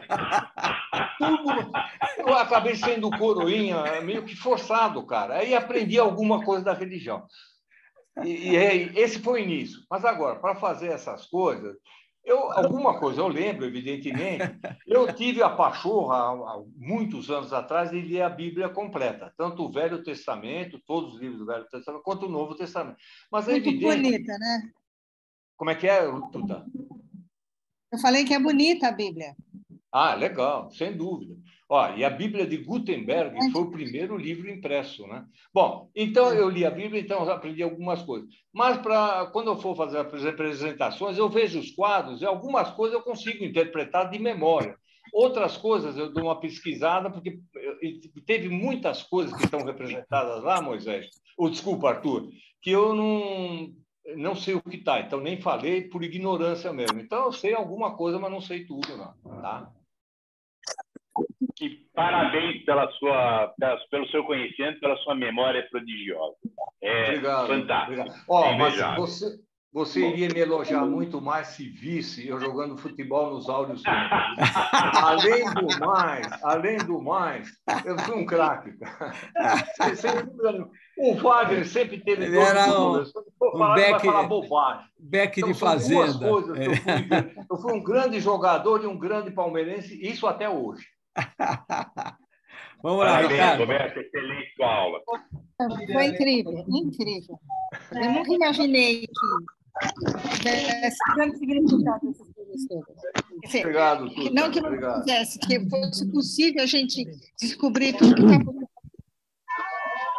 Não, mas sem dúvida nenhuma, Tuta, eu acho que é legal, sempre que a gente vai fazer um turismo, sempre que a gente vai ver alguma coisa, a gente fazer alguma pesquisa antes, porque a gente aproveita muito mais. Principalmente, como eu já falei várias vezes para vocês, a Capela Sistina é uma muvuca. Quem já foi lá sabe. É um acotovelamento, o nego pisa, outro empurra, tem que sair rápido. Então, você não vai minimamente com algum conhecimento, a gente aproveita pouco. A gente, vendo algumas coisas, a gente já consegue aproveitar um pouquinho mais aqueles 19 euros que a gente pagou para entrar lá. Ricardo Toledo. Oi. Vamos. Tá, obrigado. Roberto, muito obrigado. Aprendi, foi ótimo. Realmente, a única coisa que eu não gostei é esse último detalhe que você falou de Palmeiras. Aí isso me dá uma certa... Ricardo, antes da tua pergunta, deixa eu falar uma coisa. Desculpa, você é corintiano? Sim, senhor. A exemplo de Ninguém outros é perfeito, não se preocupe, pode continuar falando. Eu não tenho preconceito, eu admito, cara. Não, nem eu também posso reconhecer. Agora, é o seguinte, só uma pergunta. Eu fiquei muito curioso. Você, no começo, apresentou duas imagens. Uma em perspectiva, que é um tipo de um bico de pena, onde estão representados, inclusive está bem representado o teto da capela. E uma outra imagem à direita dessa, que era uma imagem colorida, que parecia uma imagem real do teto, gasto, inclusive em certos cantos ele estava gasto. Como é que foi obtida essa imagem? Porque as pinturas estão lá sobrepostas há séculos. É isso aí? Exatamente. É aqui? Ao lado. Esquece. A anterior. Essa aqui, daí. ao lado. Realmente, eu não sei. Mas o pessoal que faz a restauração, eles têm alguns métodos, eu não sei exatamente o método, como eles conseguem vislumbrar ou ter uma ideia de como é o que está subjacente à imagem atual. Essa da esquerda é o teto da Capela de Escovém. Esse está igual até hoje. Mas eles, de alguma maneira, e eu confesso que eu não sei te responder exatamente como, Ricardo, mas eles conseguiram, através de alguma pesquisa, através de alguma técnica, descobrir mais ou menos como era o teto antes de ser pintada à volta pelo Michelangelo, né? Sim. Provavelmente foi um tipo de raio-x, alguma coisa assim, porque... deve ser algo do gênero. Agora, por exemplo, no túmulo do Tutancâmon, eu falei disso uns tempos atrás, aí, o pessoal, atrás das pinturas que estão nas paredes do túmulo de Tutancâmon, o pessoal conseguiu descobrir algumas que existem passagens, ou seja, existem mais câmaras além daquelas duas pequenas câmaras que existem, 3 pequenas câmaras que existem no túmulo de Tutancâmon. Ou seja, a tecnologia atual, principalmente os japoneses, desenvolveram tecnologia que consegue descobrir coisas do Arco da Velha, viu? Mas exatamente como é feito, eu confesso que não sei. Tá? Ok, obrigado. Muito bom. Mais alguma pergunta? Roberto, aonde você aprendeu isso tudo? Onde eu aprendi o quê? Você aprendeu isso daí? Aprendi lendo. Todo mundo sabe isso daí. Todo mundo sabe. Eu não sei. Mas sabe, é modesto. Quem não conhece a Capela Sistina, o Michelangelo, não sabe. Não, todos esses detalhes... Roberto, eu posso contar uma experiência minha sobre religião. Aqui a discussão não é mais apenas a Capela Sistina. Como é que você memoriza tanto personagem da arte da Capela Sistina, tá bom? Então, vocês me perdoem se eu for tocar num assunto que não é exatamente pertinente. Mas a única coisa... Você sabe que eu conheço a história de cor e salteado, de trás para frente para trás, do Êxodos. Porque eu me interessei pelo filme Os 10 Mandamentos, que passou em São Paulo em 1960, no Cine Piranga. Do Charlton Heston, exatamente, como Moisés, e do Cécil B. DeMille de diretor. Pois é, eu sei de cor e salteado. Por quê? Porque me interessou e eu assisti 8 vezes aquele filme de 4 horas. Então, assim, obviamente, foi movido por um interesse muito grande. Eu ouvi as prédicas de Pesach em casa e eu comecei a me interessar pelo assunto. Aí tinha um anjo chamado... eu já não me lembro o nome do anjo, que entra e bebe vinho com a gente. É interessantíssima essa parte, né? E tudo mais. Então, tem uma história ali que me interessava e eu fui atrás. E os 10 mandamentos foram meu guru, que nem... Né? Quer dizer, eu acho que foi basicamente como é que eu aprendi a história. Agora, você deve ter aprendido na Bíblia, né? Que você adora ler. Não, eu já li. Realmente eu li toda a Bíblia, mas faz muito tempo. Que, apesar de eu ser jovem, né? Mas faz muito tempo que eu li. Então, alguma coisa eu ainda lembro, mas nem tudo. Então, outras coisas, assim, detalhes, alguns detalhes que me chamam a atenção, eu sou obrigado a dar uma relida, uma pesquisada, tá certo? Mas alguma coisa da Bíblia realmente eu ainda lembro. A Bíblia realmente, a Bíblia é um livro... Unbelievable. O pai dele veio da Itália e trouxe uma enciclopédia. Ele leu a enciclopédia inteira. Não, li. Olha, mas você acha que eu lembro? Eu não lembro mais. Sim. Eu tenho, olha, eu recomendo a todo mundo que leia a enciclopédia. A britânica, a Barça. É fantástico. Sabe por quê? A gente aprende um pouco de cada coisa. Depois a gente esquece 99%, mas alguma coisa fica. Desculpe, o Carlos está aí? Carlos está aí. Tá, sim. O Carlos, na última aula dele, falou que ele ficava lendo a enciclopédia, não sei se era britânica, acho que não. Era Tesouro da Juventude. Gente, Tesouro da Juventude fez parte da minha vida. A minha também. Tesouro da Juventude. Muito interessante. Então, todos têm, quer dizer, tanto o Carlos quanto o Roberto, e agora sabemos também a Tuta, temos o mesmo background. Só que os dois ficam lendo na biblioteca, vou te dizer. Ok, abraço para vocês, parabéns, foi ótimo atual. Legal, muito bom. Aí tem o pessoal que não tinha visto ainda, a Jaque, o Tadeu Mazano, a Marisa, muito Roberto, bom, Dário. Aparece lá no Amadeus para comer uma ostra, Roberto. Obrigada. O Tadeu, a gente podia marcar uma lá no Amadeus, hein, Tadeu? Para marcar. O preço que precisa ser mais baixinho. Não, o preço é o que menos importa, o que vale são as pessoas. É isso. Legal. Muito bom, valeu. Olha, agora, desculpa, eu só queria fazer uma homenagem. Eu não conheço todos do grupo pessoalmente, mas eu acho que um dos camaradas que... Vocês começam a falar, mas o camarada que tem uma cultura fantástica no grupo é o Ivan. O Ivan o outro, ele está quietinho aí, está quietinho aí. Ele fica quieto, mas ele sabe tudo, cara. Ele fica na moita. Ele tem uma filha também, e tem uma filha que sabe tudo também. Também? Mas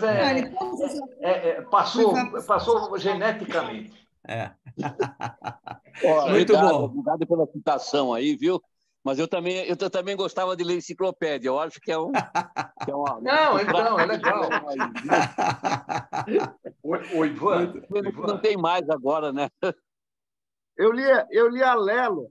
Eu tinha Lelo. Legal. Legal. Muito bom. Tatá, tudo bem? Obrigado, hein? Boa noite. Muito bom. Obrigado. Boa noite. Tchau, gente. Até mais. Ô, Wagner, a próxima quem é? A todos. Obrigado. Obrigado. A próxima vai ser o José Luiz, de lá do México, que ele vai falar sobre Jesus. Tá? E eu vou tentar antecipar, porque a Batia Cohen vai fazer uma apresentação de um livro que ela está lançando e vai ser também no dia 1º, mas vai ser 20h30 no horário aqui do Brasil, e vai ser lá de Miami. Então, eu acho que a gente podia tentar ter as duas coisas. Eu vou ver se eu consigo antecipar com o José Luiz, porque dia 1º ninguém trabalha, eu acho que por ele tudo bem. É que no México são 3 horas antes. Então, 8h30 aqui é 5h30 lá. Então, eu teria que fazer às 4h30 da tarde. Talvez fazer em outro dia. Um dia não dá. Ele dá aula na UNAM. Não dá. Não, tudo bem. Não dá. Tá bom. Ok, gente. Você é o nosso coordenador. Tá certo. Falou. Tchau, pessoal. Até a semana. Tchau, pessoal. Tchau. Roberto, sentimos sua falta no almoço, Roberto. Ele já desligou. Tchau, gente. Wagner. Fala. Você está me ouvindo? Não, só para te dizer o seguinte, semana que vem, eu estou indo amanhã para os Estados Unidos e eu volto na segunda à noite. Eu não sei se eu vou estar quieto no aeroporto para poder participar, mas se eu estiver quieto no aeroporto, esperando o voo de volta, porque eu volto no dia 1º. Tá bom. Mais uma questão que eu queria comentar com você. Todo mundo saiu? Não, nem todo mundo saiu. Tá bom, eu falo com você outra hora. Tá bom. Um abraço. Tchau, gente.